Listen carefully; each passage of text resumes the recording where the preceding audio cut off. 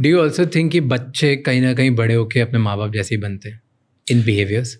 Of course, तो वो तो एक तो जेनेटिक वाला एलिमेंट है कि 50% यू शेयर जीन्स, तो this is probably one of the most well research thing कि बिहेवियरल जेनेटिक्स से कि जो तुम्हारे ट्रेट्स हैं, पर्सनैलिटी के भी ट्रेट्स हैं, they are sort of 50% heritable, तो वो एक पार्शियल इफेक्ट तो आता ही आता है. एंड येस, बट उसके बाद of course there is a lot of randomness in culture. No, but I've seen this has happened with me personally and I've seen it with people as well, right?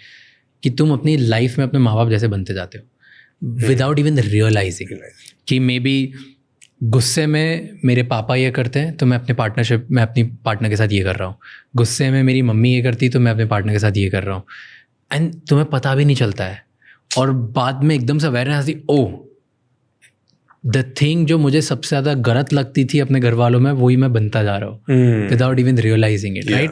And ये मुझे realise हुआ था कुछ time पहले about certain traits of me की जो मैंने मेरे घर वालों से डिफरेंट छोटे छोटे डेज में एक्वायर करी थी. मुझे लगता भी नहीं था कि मैं गलत कर रहा हूँ, और यही चीज़ व्हेन आई सैट डाउन था, यही तो मैं सबसे ज़्यादा हेट करता था. सो लेट्स से अगर मेरे घर वालों में 100 चीज़ें अच्छी है और 10 चीज़ें जो गंदी है, उन 10 में से जो टॉप नंबर पे थी ना, मैं वही एक्वायर कर रहा था, 100 चीज़ें एक्वायर नहीं कर रहा था. I am like oh shit. And ये मैंने दूसरों में भी देखा है. And then I researched about it कि ऐसा होता है क्या. Large majority of kids, they end up behaving like their parents in either anger or love or at the time of whenever they're feeling a negative emotion. Large majority of kids. Maximum लोग जब गुस्सा होते हैं तो जैसे उन्होंने या तो बचपन में अपनी मम्मी को देखा था या पापा को देखा था, वो वैसे ही बिहेव करते हैं. या जैसे लड़ाई करने के बाद पे, ओह हमारे घर में तो मर्द सॉरी नहीं बोलते, औरतें सॉरी नहीं बोलती, व्हाटएवर दैट उनके दिमाग में जो होता है वही वाली चीज़ करते हैं, राइट? एंड गुस्से में कंट्रोल करते हैं या सफोकेट करते हैं, आवाज़ नहीं ऊंची करनी है, मेरे घर में रोना अलाउड नहीं है, इस तरह की चीज़ें यू जस्ट मल्टीपल थिंग्स जो भी, and you pick up and you don't realise कि आप वही बनते जा रहे हो. तो ऐसा हैव यू नोटिस?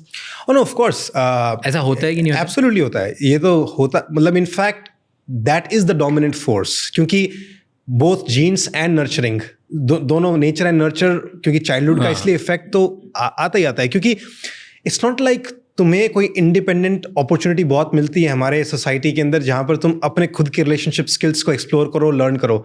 तो तुमने जो घर में देखा है, इवन दो उसके अंदर टॉक्सिसिटी होती है, बट एटलीस्ट तुम क्या सोचते हो, नॉट कॉन्शियसली समटाइम्स, कि this is familiar, I know this and I have survive this, मैं अभी जिंदा हूँ डिस्पाइट दिस चाइल्डहुड, तो ठीक है, at least I can't go to wrong with this approach. तो अगर कोई अपने पापा बनते जा रहा है या अपनी मम्मी बनते जा रहा है इन अ रिलेशनशिप, और जब भी नेगेटिव इमोशन आता है तब वो उस तरीके से डील करते हैं जो नेगेटिव है, तो उसको कैसे ही आइडेंटिफाई करके सॉल्व करना चाहिए? How can they do it?